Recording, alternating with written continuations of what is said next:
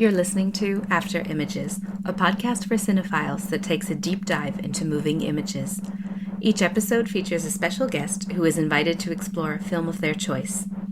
After Images is hosted by film writers Franck Bouleg and Marisa C. Hayes.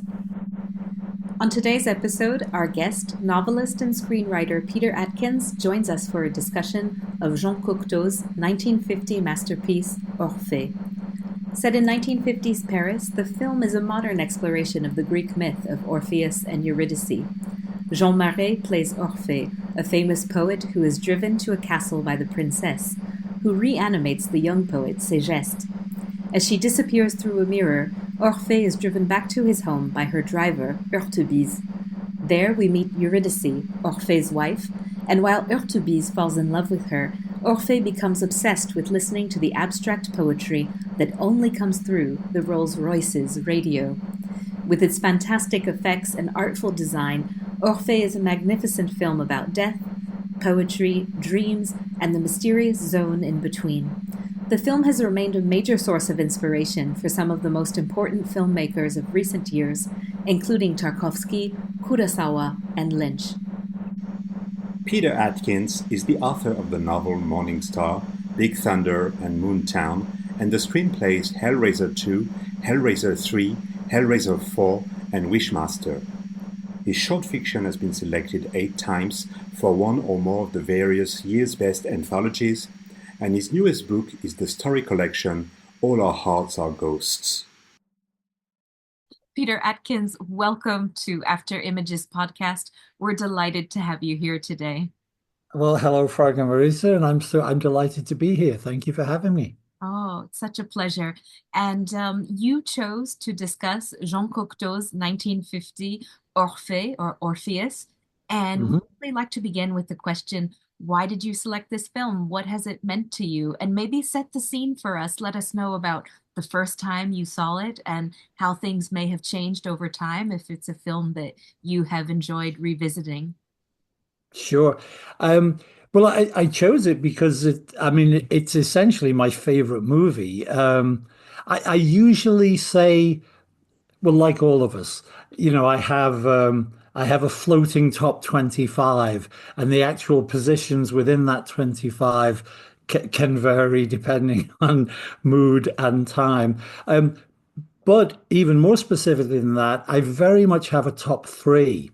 And I mean, especially a top 3 in the genre of the fantastique. And that would be Bride of Frankenstein, King Kong, and Orphée.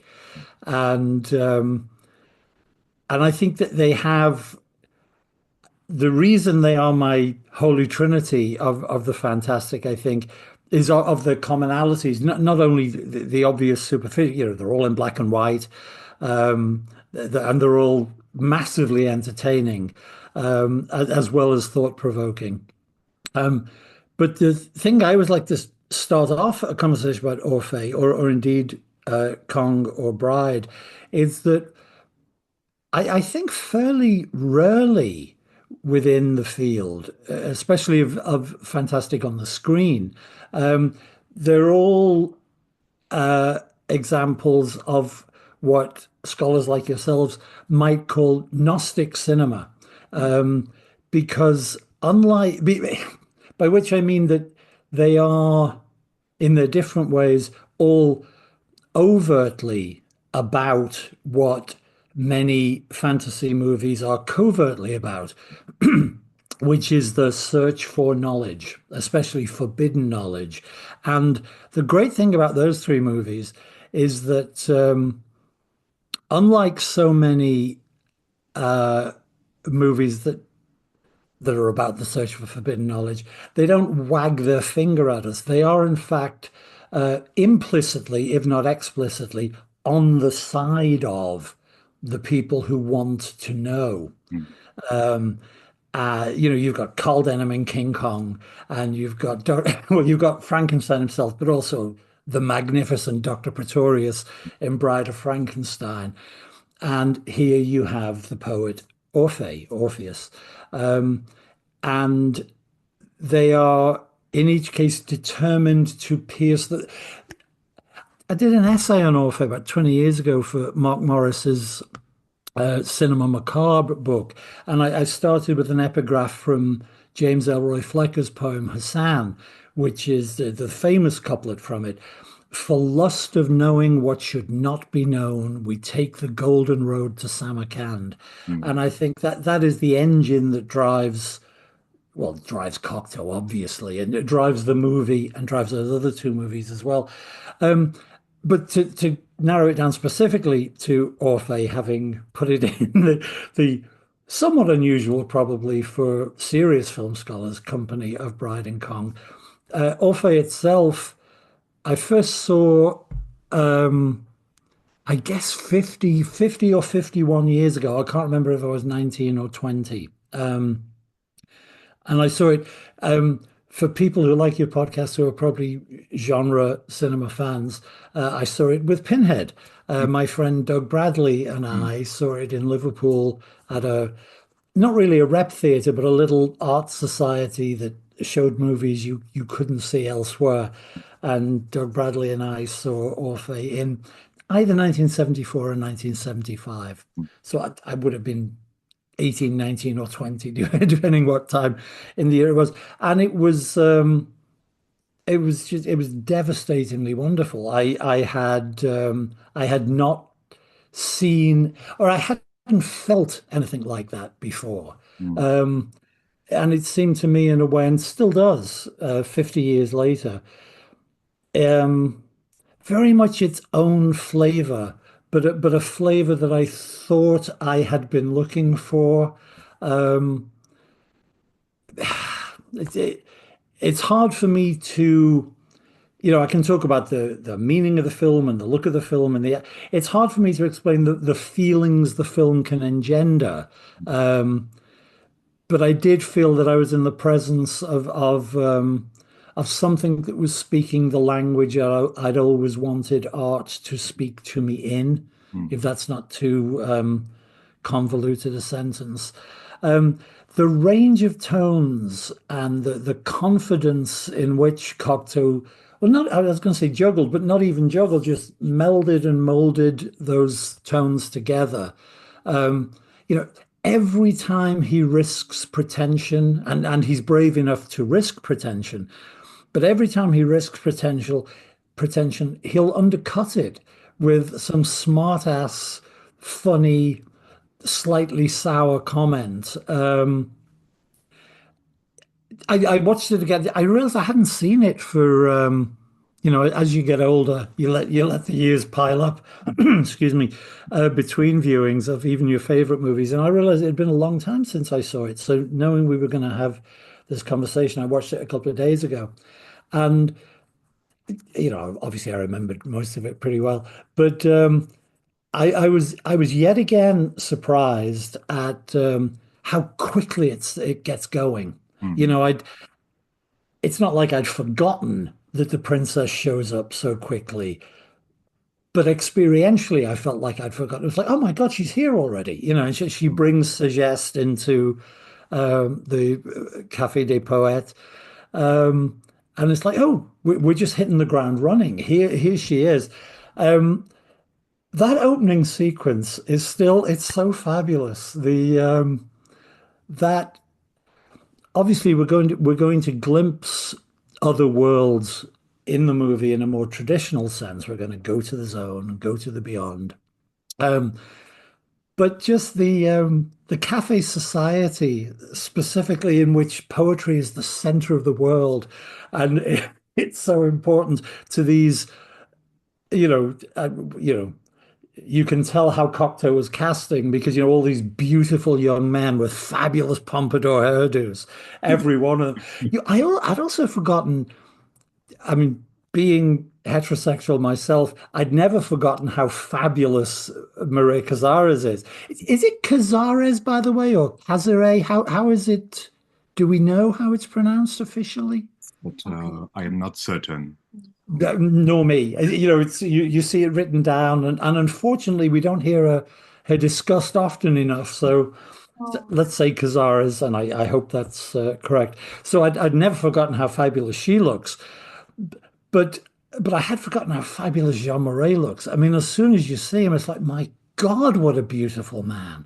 And Edward de Meat as well, of course, and Juliet Greco is in the um what I've been distracted by their beauty. What were we talking about? Oh, yeah. So it was great to see how we were plunged into this world in which poetry is the center of the world, and losing one's muse is devastating.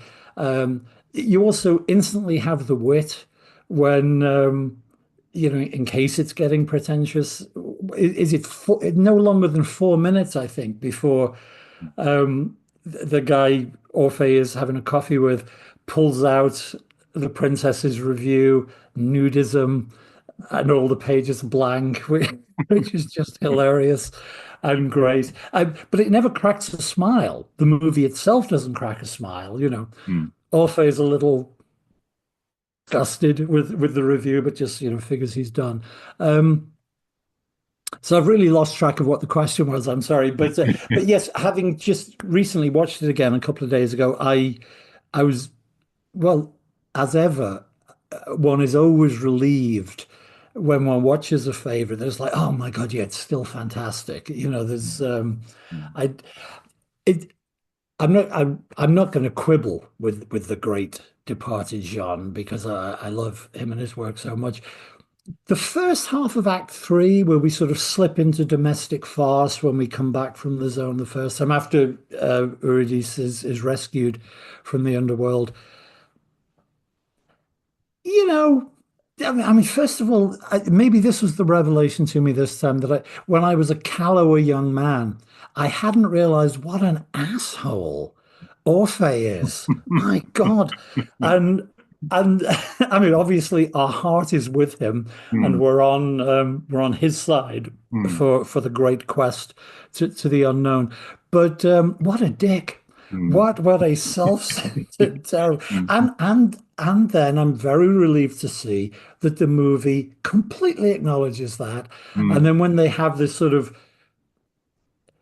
the touching narrative ending, which of course in a way isn't really the thematic ending because we know the relationship that counts is Orphe and death, Mm. not Orphe and Eurydice. But it's humanistically touching that the human lovers, are restored. And like all borderline sociopathic narcissists, he's happy and gleeful and he's hugging his wife and they're talking about their child. And he says he will be unbearable, just like his father. So, so it's like, okay, so Cocteau knows that artists are spoiled children. Mm. Um, but he also knows that, they are the most important people in the world. And so again, I'm so sorry. I don't know why.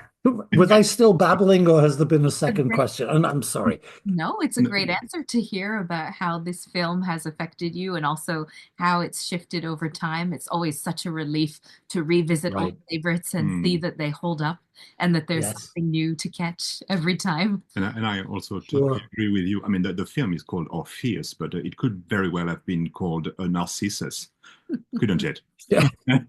Right. Uh, Right. And then it could be on a triple bill with Black Narcissus and Black Orpheus, and there's yeah. this whole sort of strange interplay of all of them. Yeah, exactly. The self-awareness Mm. of the narcissism of the artist in the movie, that was perhaps new to me because I'm um, possibly being an old man now, I'm less narcissistic myself. Because I think as a young man, it was just we were completely on Orphe's side. It's like, yes, yes, you must ignore all human passions and commitments because you're tuning in to the beyond. I mean, literally tuning in. I mean, this is the other, again, I'm not telling you guys Mm. anything you don't know, but that device of the car radio Mm. picking up these messages from the beyond so that the poet can have direct access from his muse, even though, of course, and I did understand this back in the day, though again, it seemed more pointed in my recent viewing, he's just stealing. They're not messages from the beyond, they're suggests. Suggest comes up with all those great phrases. L'oiseau chante avec ses doigts une fois. Which I always misquote. I always say deux fois because I think nearly every other transmission is followed by deux fois. But the famous "the bird sings with its fingers" is une fois. But and perhaps you guys would know, is it true that in the same way that Segès wrote the lines and Orphée lifted them, Cocteau asked Apollinaire or somebody, I believe the lines on the radio are not Cocteau's, they are a Okay. French poet. I didn't I know think. that. I didn't. I should have Googled this before we spoke, and That's then fine. it could have looked more authoritative. But, I don't know, but it wouldn't be surprising, would it, yeah, in terms of the types of collaborations that yeah. he's made Right, throughout right, his films? exactly. Yes, yes. I think it mightn't be Apollinaire, but was Apollinaire, were they contemporaries? I know as younger men back, Bit more in the days of complicated. Parade and Rites of Yeah. Spring and stuff. Mm. But yeah, would Apollinaire still have been around in I think so. 1950? I think he was probably dead by then. But it's Yeah, he's yeah, kind of this iconic figure for that cafe culture of Saint-Germain-des-Prés, right, which, right. we're immediately plunged into, and it's so contemporary right from the beginning, and you Oh, when it opens it's cafes. yes, yes. Uh, Yeah, because that's the other thing. I mean, obviously, like any movie that lives long enough, it is, I use the term non-pejoratively, it is dated, Mhm. mm, but it's timelessly cool. yeah. Mhm. As soon as we're in that cafe, well, like we said earlier, the men and the women are so beautiful, but they're also so stylish, Mm, elegant, and effortlessly cool, all of them.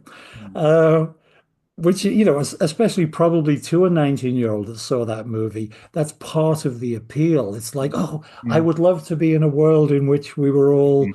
as cool as these people. Um, And I'm wondering if but this timeless. Sorry to interrupt. no, no, go. I was wondering if this timelessness might not be linked also to the fact that the film is about a myth, that that it takes a mythological level. Absolutely. Yes. Mm, Yeah, of course. And I can't remember it verbatim, but I assume it's Cocteau's voice, his own voice in the opening narration. mm, I mm, don't know mm, that for a fact. Um, but he says, what this, I'm paraphrasing this badly, but exactly as you're saying, Frank, what is a myth? Where does it belong? Where can we tell it? We choose to tell it here, mm, and tell it well. They do. mm, But yeah, it does seem timeless, and its sense of the cool mm, as a conceptual seems equally timeless. The it is you might have listeners to this episode, I guess, to whom this movie is as yet unseen. I don't know that, but I want to say, although we're having a great time talking about how good looking they are and how cool they are, it's a serious movie as well as a beautiful and fun movie, mm, and it has a lot to say about the human relationship with life's relationship with death, mm, both metaphorically and very literalized in the movie. And so so I wanted to be clear that um, this is a beautifully highbrow movie as well as being completely. I feel mm, it is capable of being absolutely appealing to, and again, I don't use the term dismissively or in a reductionist sense, but completely capable of appealing to normal people. mm, It has its highbrow aspect, but Cocteau's touch and feel for, well, as I say, his ability to undercut his own pretension with his own humor is one of the great places of the movie. mm, Um, we should also probably talk about, the look of not just the look of the people mm, who are great, um, but the look of the movie itself, the some of it, I guess, simply historically accidental because, it is filmed in 49 and I guess released in the rest of Europe in 1950. Mm. So it's very immediately post-war and very post-occupation.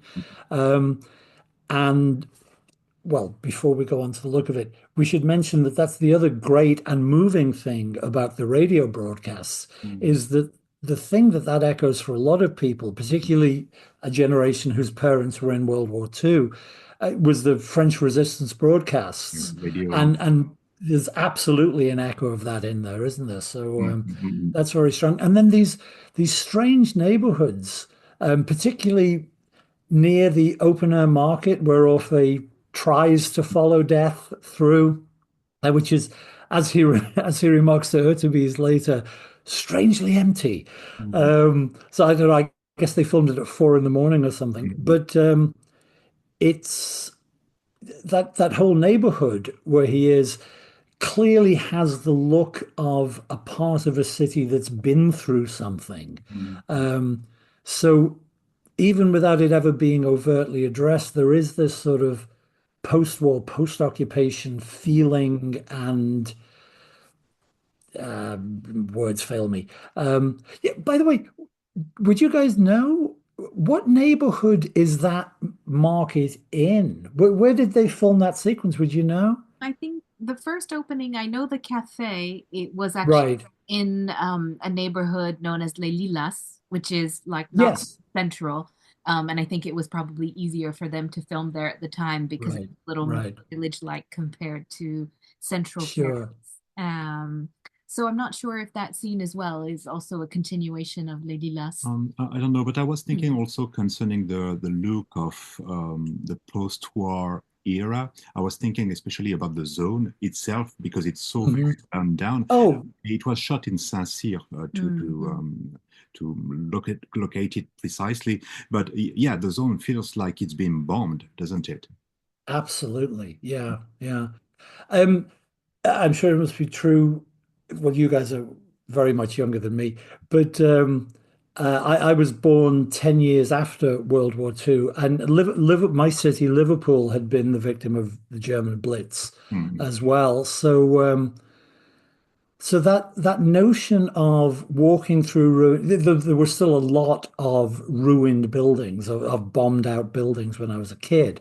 It took Liverpool in the north of England a good 20 years to rebuild after the war. Um, so yes, I mean that has a direct echo even for somebody, who I didn't live through the war, but that look, that and the feelings that are conjured by the feel of bombed out buildings. mm, Yeah, the zone is again this sort of wonderful, unexpected mix of the beautiful and it's a place you would presumably never want to go to, but in the movie you kind of never want to leave. It's like, oh, this is the portal, this is the limbo, this is the place between the worlds, and and while we're on the look of it, that's the other great thing that obviously Cocteau is, well, is many things, but we can also claim him as a fantasist, and some of his work can visually, I mean, especially La Belle et la Bête, obviously, but can visually reflect um, a fairy tale ethereal quality. But the thing about Orpheus is, and especially as you say, Frank, the bombed out building look of the zone, it's it doesn't have what one would traditionally think of as a fantasy look, certainly not a fairy tale look. mm. It really has. I realize I'm about to quote myself from that essay I mentioned that I'd done earlier, which is, you know, very rude to quote myself, but it's shot in that kind of monochromatic neo-realism of much post-war European cinema, And weirdly, perhaps not weirdly, the fact that it looks neorealist, it does not hamper the fantastic elements at all. It really boosts it. It's like if the fantasy element is the diamond, we're not seeing the diamond in a prepared setting, in a beautiful gold ring for the diamond to be mounted on. It's like the diamond is glinting through the ruined rock of the buildings through which these fabulous creatures move. The thing, maybe I don't know if you guys can help on this. I think it was probably an arbitrary whim, but it struck me for the first time in this recent reviewing that Death, the princess, her black dress changes into a white dress twice. Um, and I can't really work out why. If it's well, she's about to. I think in both cases she's about to take one of the newly dead through a mirror. One of them being Eurydice, I guess. Um, but it seemed, and again, this is far from a complaint, but it seemed idiosyncratic. It was just like, no, it's just magic. Those things can happen. It is black, it is white, she is life, she is death. I don't know if you have about, any. I don't know if that's what he had in mind, but I'm thinking about the negative of the film, Yeah. about this ability and actually he plays with the negative of the film when the car, the Rolls Royce, That's goes great. to a place. You can see the landscape being depicted as a negative image. So Yeah, yeah. the thing I'm thinking about. And just one thing that came to me while we were talking about the zone and about the bombed out aspect of it is the fact that Mhm. France was split into two zones during World War II, the occupation Right. zone and the Vichy regime. So Vichy, sure. perhaps that's one possible way to read what the zone is all about. Well, yeah, well, again, passing from one to the other, and of course, passing Mm, again through a very traditionally human way of passing. mm, I believe I'm right in that the moment the train goes through the crossing and the car, it's at that point that the view through the windscreen becomes negative, I think. oh, Yeah. So yes. it's like we've literally crossed the border. Yeah. Um, yeah, and I'm so glad you mentioned that because again, one of the marvelous things about the movie, which, today's overly eager CGI users could certainly learn a lesson from, is that all the magic in the movie, I guess with the exception of the negative, because that's a laboratory trick, but everything else is essentially in camera. It's so traditional. Yes. Yeah. Just run the film backwards so the gloves magically fit on. Obviously, the famous hand through the shimmering mirror. Um, Turning the camera Again, the back. backward footage to make the dead rise. I mean, that's great. And again, it's we spoke earlier about the efficiency of the movie and its telling. The fantastic hits us in the face, what, like 11 minutes in? Well, after Suggest dies, they put him in the car, so maybe it's 20 minutes in.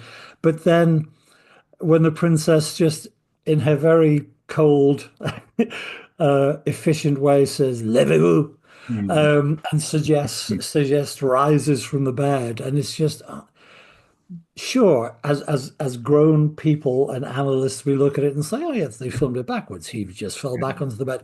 But the first time you see it, it's like, oh, Mm. that's not normal. Yeah. Yes. We feel we are in the presence of the bizarre in a very visceral and real way.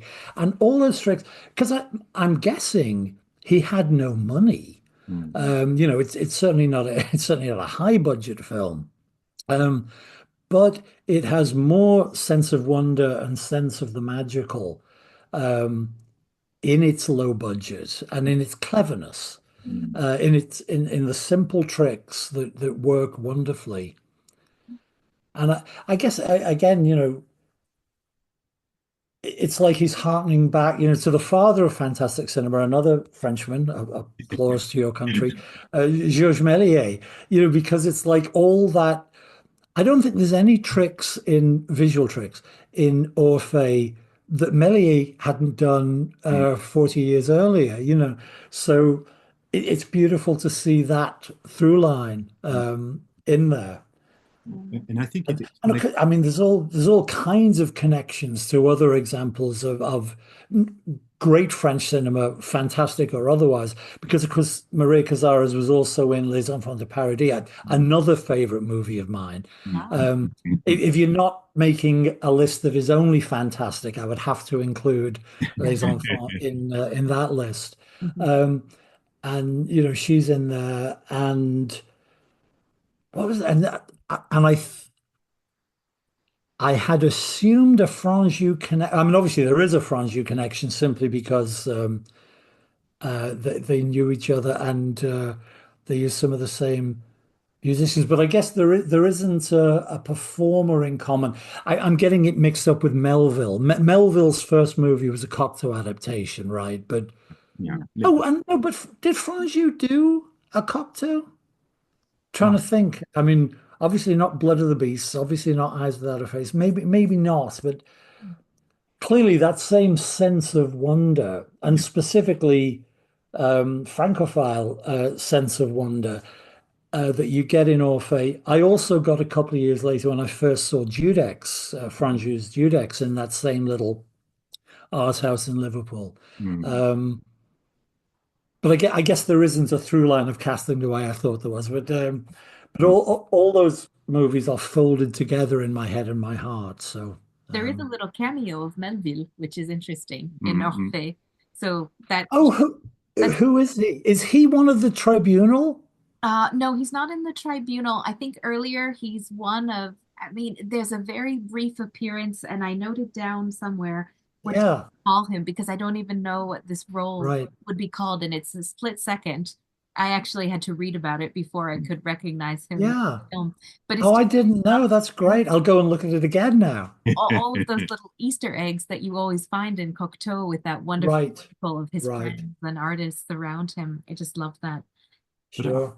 I was thinking about the very simple quality of the tricks that he is using in camera, and I was thinking that perhaps that could be connected with the fairy tale nature of the work. Hmm. That there is a certain childish simplicity to the wonder that is generated this way. Mm. Sure. Yeah, yes, I think that makes perfect sense. I Mm. mean, I think there's probably budgetary reasons as well, Of course. but yeah, no, I think you're absolutely right. Yeah, because I mean, obviously Cocteau is a very complicated and uh, uh, intellectually rigorous artist, but he's certainly childlike rather than childish. He certainly had a childlike readiness to marvel at things in all the forms. Even, I mean, again, it was a pleasure to see those opening titles with his hand-drawn Mm. title cards. And even in a lot of the graphic work he does, um, again, you can never look into the head or heart of somebody. You can only judge uh, the work that results. But so he might have suffered as he was doing them, but it doesn't feel like that, does it? You look at the things and look at the effortless hand as if he just does it because it's like, it should look like this, and there it is. So yeah, pretty great. And as a young person watching the film the first time, what did you feel about this relationship to art and immortality that's so important in the film? Do you feel Oh, it, that's it, it something was. evolved or Has the feeling about it evolved? Did yes, you say? Or especially I'm not sure when you first saw the film if you had already begun, publishing writing or having writing that went out into the world and right. if that's shifted your relationship to the film. I had not begun writing, but I would. The reason I saw it with Doug is that Doug, I, and Clive, um, we're all Liverpool natives, and we just started working together. We had a little theatre company, They were a couple of years older than me, so I should say they had a fledgling theatre company that I joined. Um, I mean, it makes it sound like it was a going concern. We were kids, but they, Clive always had very big ideas and very big ambition. So we were very much consciously and probably very self-consciously and very pretentiously and very annoyingly, we were very self-consciously young artists looking to, you know, reach the world, if not conquer it. Um, so yeah, there was definitely an appeal of, oh, we're not crazy. I mean, this is very secondary to the primary meanings of the film, of course. But yeah, without doubt, there was that sense of, oh, wait, he's in the gang too. This is our crowd. These are our people. So that was, wonderfully affirming. Again, how consciously I thought this at the time, I've no idea, but I see now that, yeah, that's exactly what a slightly nervous blue collar working class wannabe artist. You see something like Orphée, or indeed Les Enfants de Paradis, because although that's not fantastic, it is about art and committing to a life on the boards. So it's really important, I think, for young people, particularly from non-posh backgrounds where, you're expected to either go to the factory floor at worst or maybe be an elementary school teacher at best. Um, I hasten to add, I'm not insulting either of those professions, both of which are, but if you want to make art, it's very hard to persuade one's blue collar contemporaries. So yeah, it's great when movies or any form can reach across the gap between those who have achieved and those who hope to achieve. Can have this sort of handshake or the secret wink, the high sign, as Buster Keaton would have it, the high sign that lets you know, oh yeah, that's our gang. There are people, there is a tribe somewhere. Um, so I don't know whether that feeling, Marissa, I don't think that's evolved because I think that's just a pure, direct. Well, we should be so lucky. I was going to say, a similar feeling Cocteau's here, but that sense of at least I can get on the ground floor of whatever ivory tower he might be at the top of. We can. It sounds like there's a way to get in the building at least. So I think that hasn't necessarily evolved, though. I think possibly now because you're full of piss and vinegar when you're 20, you just think, yeah, that's great. There's a tribe we can belong to. Now, as an older man, it's very poignant to me to think that it's important that there are things like that out there to send semiotic signals to people who want to do it. And obviously, as you guys have touched on, um, it's a movie about art and art, the artist's relation to their work, and specifically, it's a romance between life and death. It's a romance between mortal and immortal. It's a romance between natural and elemental, and and we love it for that for that, um, because I think nearly all. I mean, right down to like, and again, I'm not knocking them, I love them, lowest level B movies. Um, they're all about weirdly the romance between the beyond and the mundane. And, in some of the movies, it's as Lady Gaga would say, it's a bad romance. Because there's a girl and there's a monster and he's trying to get her, but it's kind of a romance, just not a good one. And then, oh, well, that's interesting too, isn't it? Because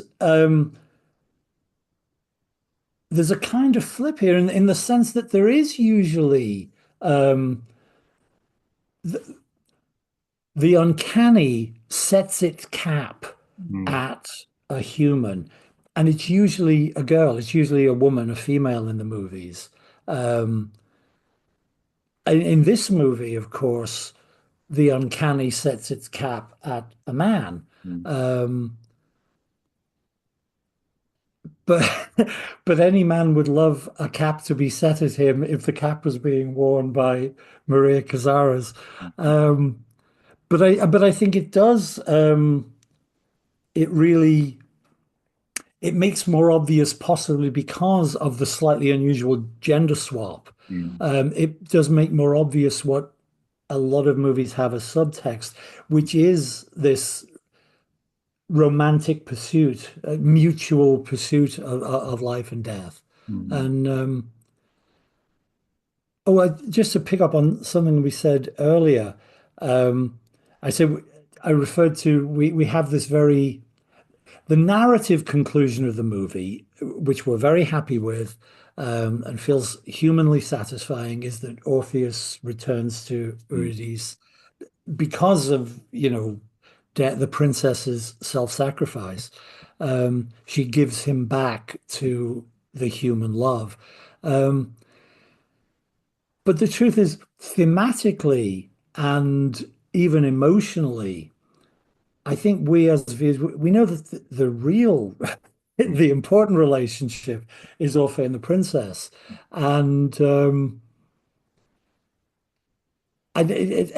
it doesn't undercut the ending of the movie at all, but clearly there is a sense that Eurydice is she's certainly, the least regarded character in the movie. mm, She has her own personality, and she too has an elemental fall in love with her. Urtubise falls in love with Eurydice. There's a nice balance to the princess falling in love with Orphe. But she is almost the incidental victim of the narrative. Um, because what the movie actually seems to say, as opposed to that narrative conclusion of happy, unbearable narcissist Orpheus back with his wife, it's really saying that all human relationships, well, I shouldn't say it's saying this. Cocteau is playing with the idea, perhaps is a kinder way to say it, that all human relationships are as nothing compared to the relationship of the artist to the muse, even when, or especially when, that muse is death. And the fact that Orphe, I think it hit me on this last reviewing that Orphe has that line about somebody says to him, "Do you know death?" I think it's Hurtubise says, "Do you know death?" And Orphe says, "I write about death. I have known death. And then Hurtubise, metaphorically slaps his face, says, "No, no, you know death. You met her." mm, And again, it's that first revelation. Oh, that's who she is. mm. Oh shit. Um, but the fact that, in a way, Cocteau was saying Orphe's theme and muse has always been death. Mm, So he was fated, well, as in the myth, of course, he mm, was fated to meet her, and he didn't know she'd be in a fabulous little black dress, but he mm, knew he was gonna. I realized this time as well, aesthetically. Um, Maria Cazares as the princess from another country, as they say. It was great. But in that fabulous black dress, it's like she's standing in the middle of an aesthetic arc.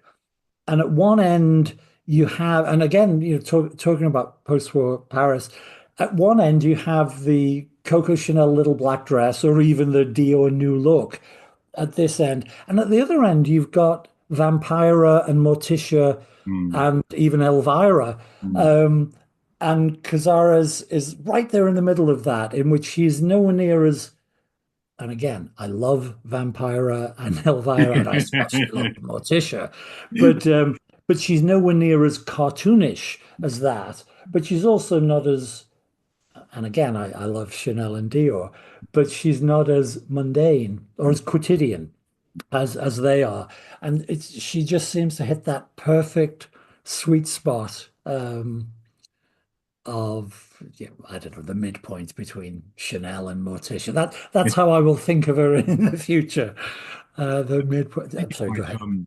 Sorry, I think it might also be linked to the timelessness we were talking about. There is something abstract about her look that makes it very difficult to pinpoint where it belongs, if it belongs in time or in a Yes. city. Or, I would like to come back to what you were saying about belonging to the tribe of artists that is being discussed in the film, and to the trilogy you mentioned of King Kong, Bride of Frankenstein, and this film, in which they are all looking for some sort of forbidden knowledge on Right. it. And in the three instances, this forbidden knowledge happens to be death, isn't it?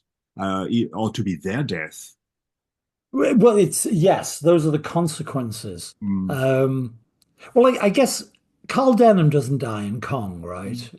Sorry, maybe I can slightly change what I said. I mean, Orpheus is about going into hell and bring back his wife, and that's a bit what King Kong is a bit too. I mean, you go into Absolutely. A spatial hell instead of an abstract one, and bring back Right. sort of creature from the beyond. And so do you in The Bride of Frankenstein. I mean, you bring something back from death, just like you do in Orpheus, don't you?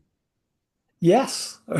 Yeah, but it absolutely you're 100% right, Frank. And the thing about Bride is Henry Frankenstein is the sort of gullible patsy in that movie because the questing intellect there is Pretorius, the magnificent Ernest Thesiger, and in a way his impulse is more, sounds so reductionist to say, but is infinitely more playful Mm. than Orpheus or even Carl Denham's in Kong, because he wants to mess with things. He has his little homunculi, and the reason he sought out Henry Frankenstein is because size has always been my problem. You achieved that, Henry, together. And so and obviously, I should preface this for people who don't know me that all my life I've had very close, very best gay friends.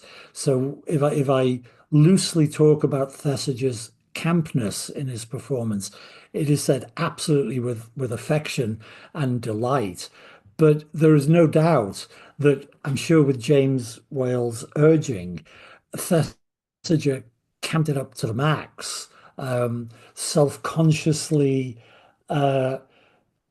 Delighting in messing with nature, which I guess is probably the serious under, because then you could have in the same way that somebody back in those days, sadly, like half the people in that movie, Colin Clive, James Whale himself, Thesiger for sure, they would be regarded as against nature by conventional wisdom at the time.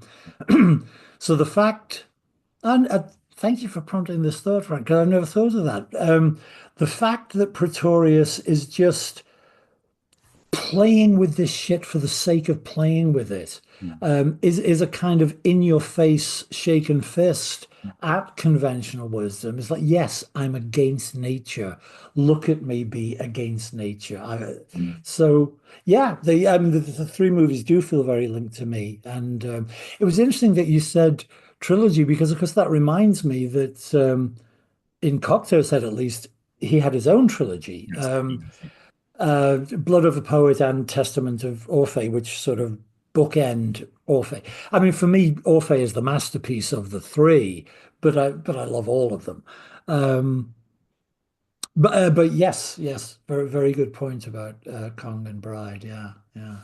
I'd love to come back to something you said earlier about this idea of the film, I have film students who might think of cinema like this as something for intellectuals that wouldn't necessarily be for a working class student who's interested in more Right. Hollywoodian narrative cinema.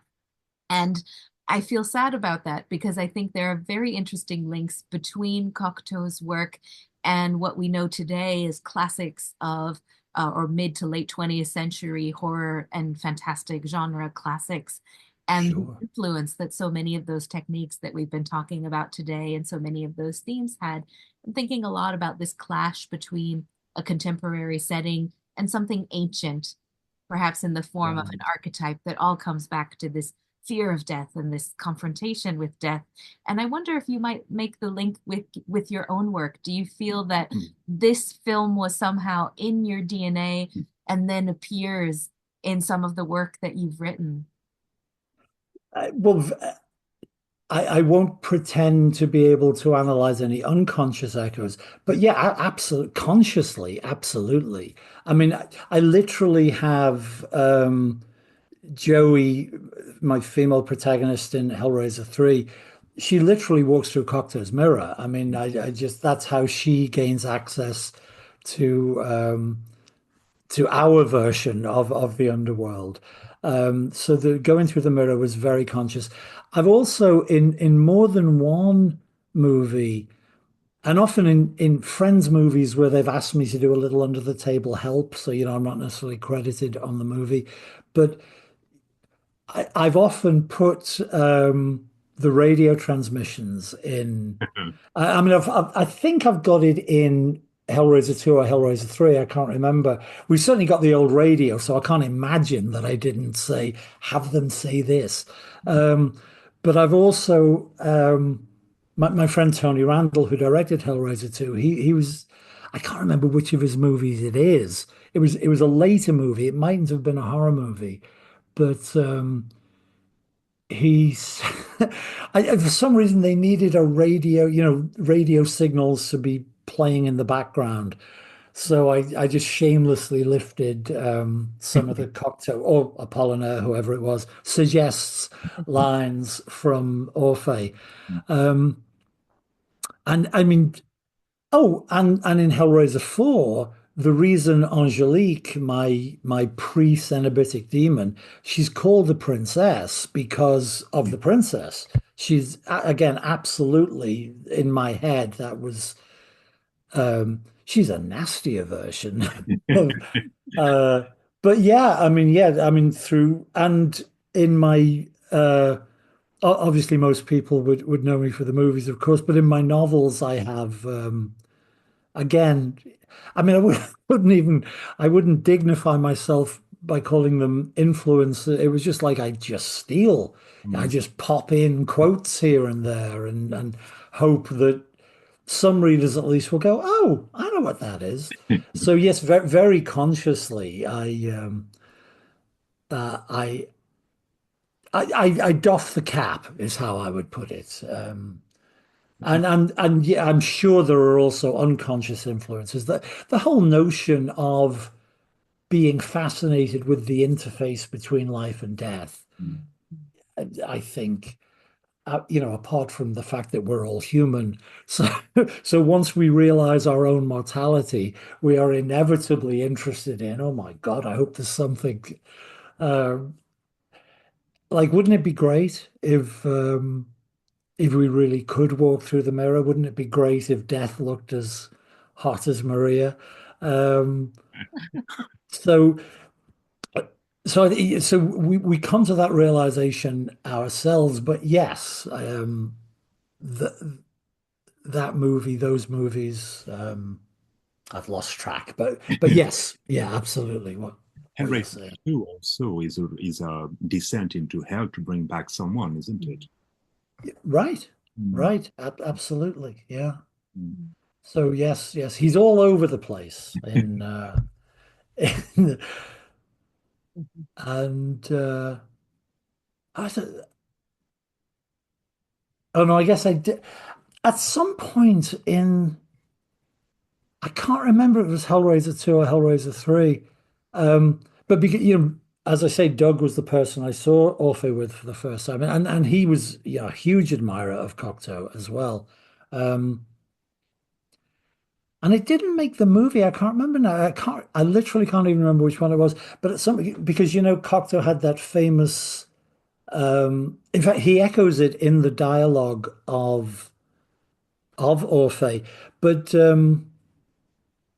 my God, I'm going blank. What's it? Oh, Diaghilev. Um, wasn't he challenged by Diaghilev? He wanted Diaghilev to take him, the young Cocteau, as seriously as Diaghilev took Picasso and Satie and the other people he's working with. And Diaghilev's instruction, wagged finger instruction at the young Cocteau was, Étonnez-moi, astonish me, John, astonish me. And at some point, I wrote, because I knew it would make Doug smile. In one of the movies, I gave Pinhead the line, a human had said something that played into that asshole's hands, and Pinhead replied, "Astonish me." Mm. But it didn't make the cut. It didn't. We never filmed it, but it was in the scripts for one of them. So yeah, I can't help but quote that movie visually and verbally all the time. I love that connection, and it's so interesting too, this link with Diaghilev because I'm my original background is in dance history, and Ah, ballet libretto that Cocteau wrote and designed called The Young Man in Death, which is, yes, close chronologically to Orpheus. So of it's really, course. really great to see the links across and to really understand that he was really playing with similar ideas on stage and in moving images, just applying different techniques. But I think the death mask that we see in Orpheus of the skull face is actually the same one that's used in the ballet as well. Mm. Oh, that's great. I didn't know that. It's also Oh, good, good. it's also interesting to know that Radiguet, who was a poet close to Cocteau, uh, Mhm. once told him that a poet should not astonish people, that he was not Ah, supposed to overdo things. So it's interesting to see this balance between the two. oh, that's interesting. Yeah. Right, because of course Diaghilev is all about the overstatement. Mhm. Even the coats he himself wore, it's like, he believes in overdoing it, I would think. Um, so that's I'm sure you guys have seen the Red Shoes, the Powell and Pressburger movie. Because obviously there's a visual echo of Diaghilev in the character there. Oh, and again, speaking of that sort of signal to young wannabe artists. That opening sequence where the young students pile into the area of the theatre, which in England we call the gods, as in Les Enfants de Paradis, another crossover. But when they all pile in to the cheap seats, to the gods, to watch the ballet at the beginning of the Red Shoes, and they cheer him when he appears in the box, and that again, that sense of tribal connection between, look at them, they love art, and these are their heroes. Yeah, so it's great the way all these movies we like all tie together and cross-reference. Absolutely. And the Yeah. way that mythology also merges with reality.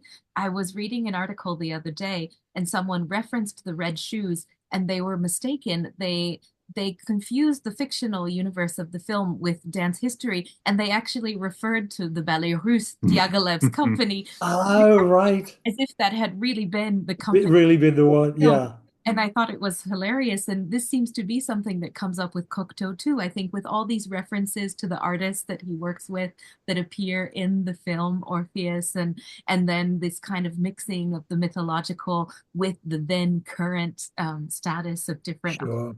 cultural figures. And you also find this inside the movie itself with Segeste, Mm. whom Orpheus hates when he's alive, but Right. whose poetry he loves when he receives it on the radio. Yes. Very interesting, this dichotomy of his relationship to Segeste, how it varies from total hatred at the beginning. It doesn't Right. speak to him at all. And then all of a sudden, when it comes from the beyond, all of a sudden it becomes wonderful, Right. quoting it. Yes, exactly. Well, he doesn't know it's from his rival, does he? And I guess by the time they're in the tribunal, it's I can't remember if Orphe's in the room when they say it, but it is made overtly clear that Segeste wrote the lines. Um, and but I think that that's very honest telling in terms of artistic jealousy and rivalry. That of course Orpheus hates Segeste because he is the younger, newer version of Orpheus. I mean, visually as well. You know, they've both got the same blonde pompadour, and I, without getting too much into the bedroom biographical, at the time they made the movie, I think I'm correct that Jean Marais was a former lover of Cocteau, and Edward de Meat Segeste was the current boyfriend, I think.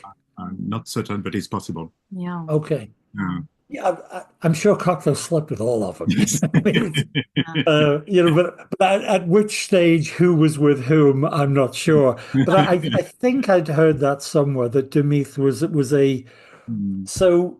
And again, I'm not suggesting that this was done consciously. It would be kind of mean of Cocteau if this was true, but that would have a biographical echo if the younger Edward de Meat had replaced Marais in Cocteau's affection. Well, obviously, their lifelong affection was a real thing, but as a paramour, mm, um, that would be something to then have him play the older, displaced poet who resents and hates the younger one.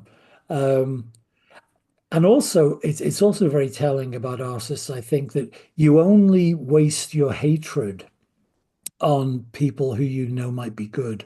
mm. Like, you don't bother being jealous of somebody whose work you don't like. You know, it's like, well, it doesn't matter that they outsell me. I know their work is trash, but but but the ones who like, well, I outsell them, but oh, they're really good.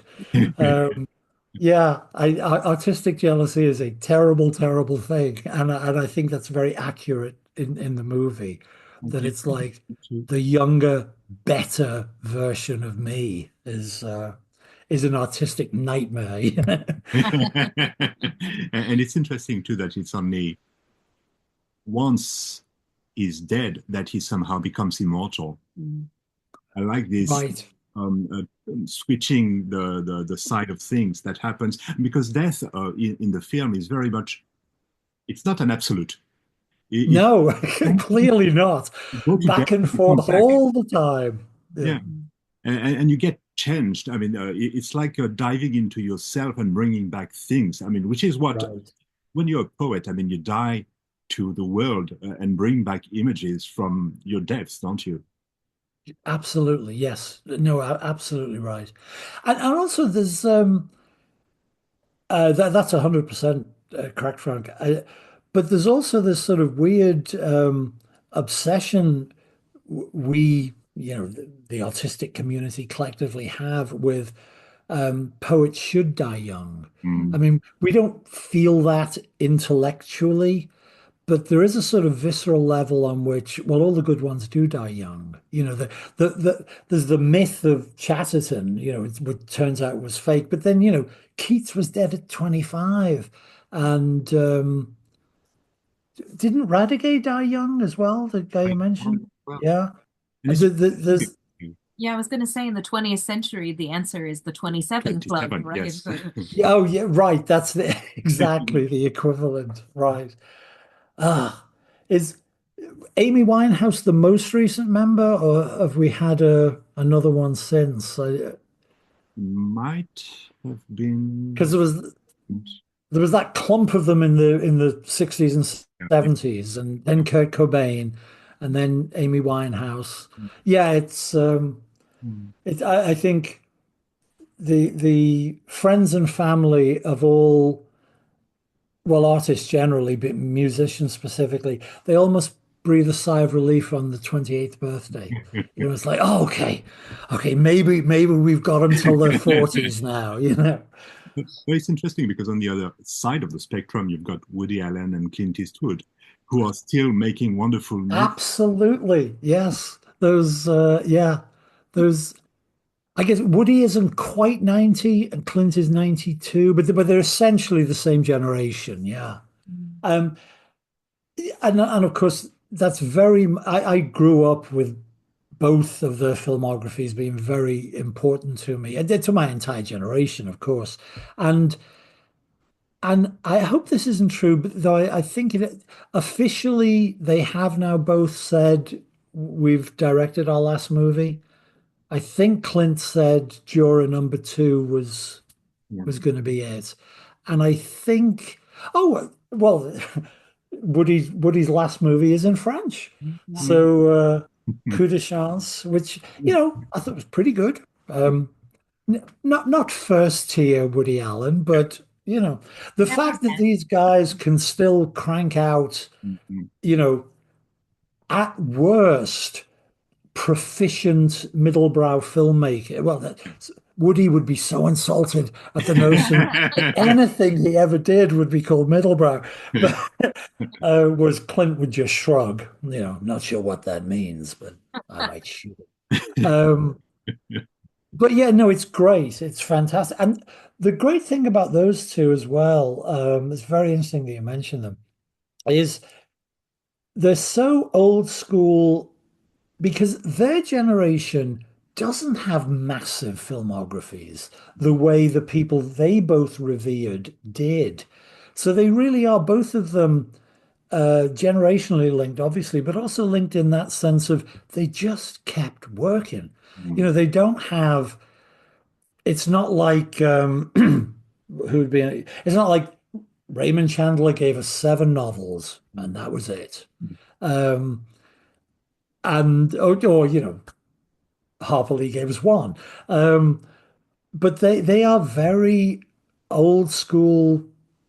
Workaholic is an insulting term. They're just proficient and efficient. And I mean, what have they both done? Like 60 Yeah. directed features, probably each, something like that. Yeah. It's Maybe phenomenal. like Hitchcock, who made 53 movies, Right, is right. as well. And I mean, it seems to me that those people, their life is art. Yeah. I mean, that's how they breathe, and they need to produce every year a new work of art because that's what they do. Oh, absolutely. I couldn't agree more. And but for instance, Lynch, who I also revere, um, and what a sad loss. But clearly art was literally his life and breath. Mm. But we don't get 50 features from him. I was going to say we don't get 50 features from Spielberg or Scorsese, but I guess they're getting up there now. Yes, yes, You know, pretty much. but Doing but all right. yeah, right. But Eastwood and Allen, yeah, they seem to be a throwback to that kind of I show up for work, I shoot the thing, I start on the next thing. Yeah. Mhm. Um, In the case of Lynch, I just want to perhaps precise that even though he hasn't made that many movies, he's been active on other forms of all at yes, the time, Yeah. painting and Music. music. So he's absolutely. been constantly producing works during all. No doubt. Mm. Yes, indeed. And I'm glad he did all those things, and I'm glad he gave us the films he gave us. I just wish there had been more.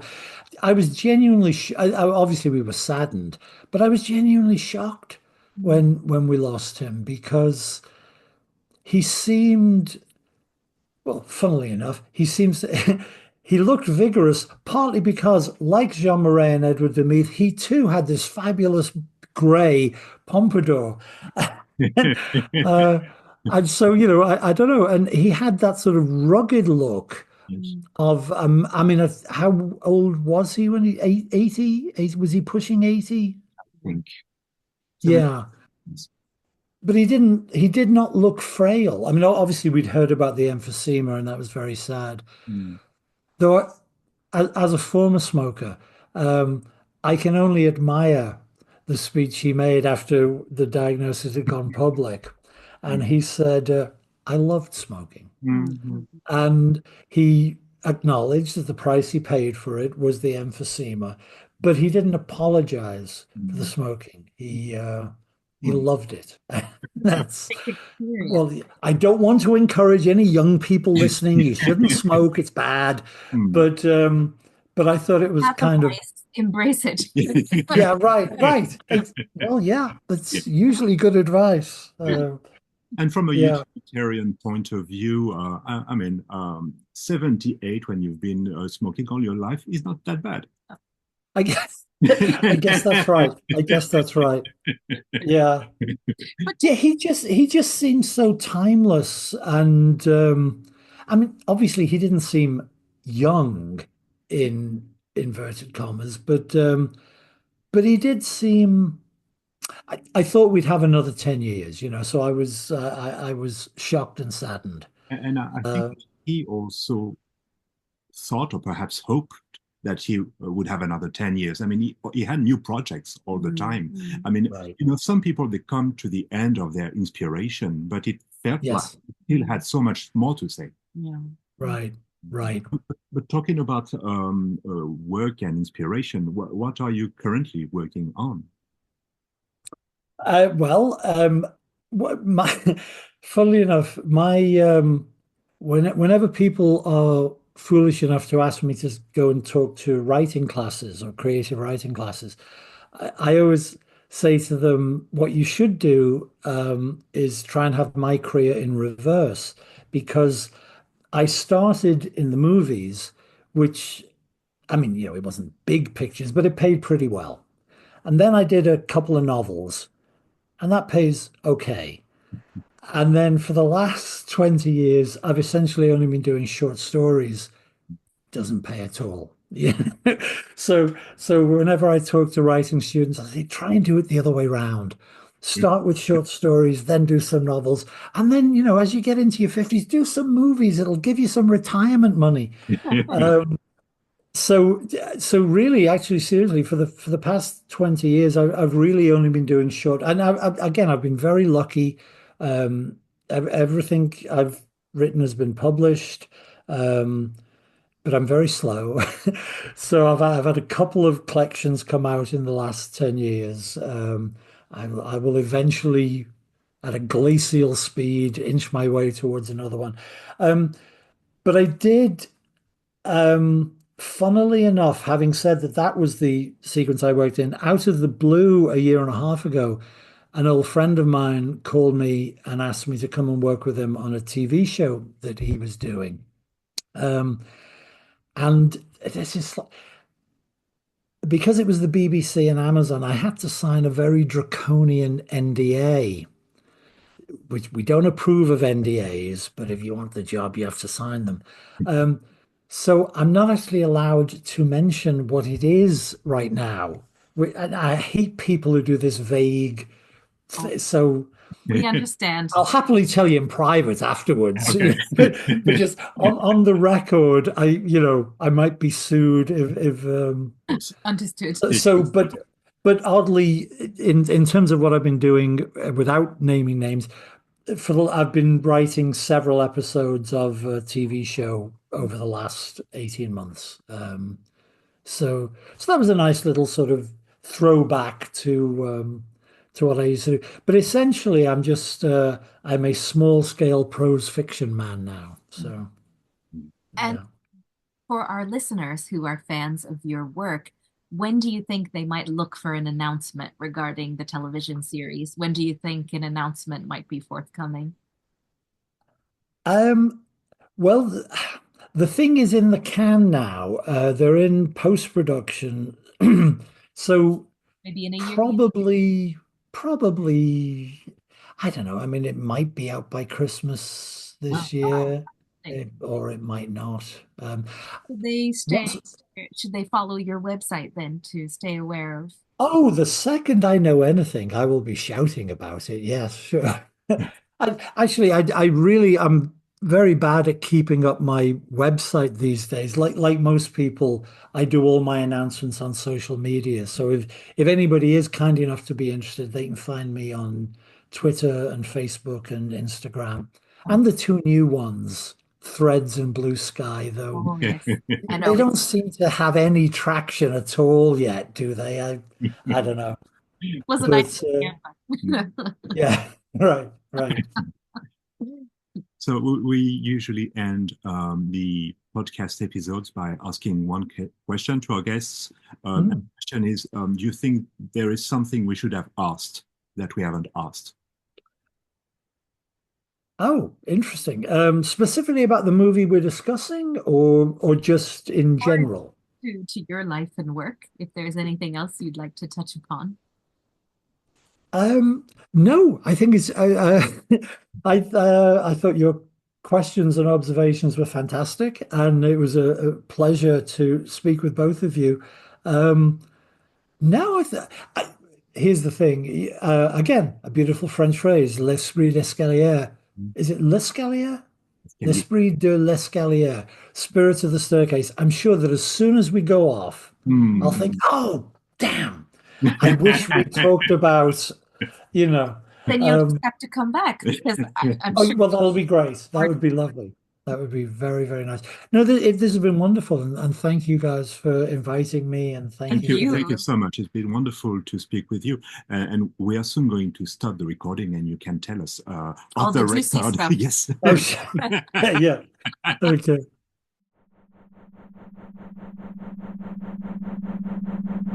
Thank you for listening to After Images.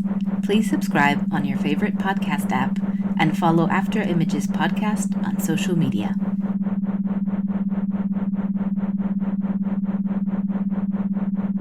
After Images.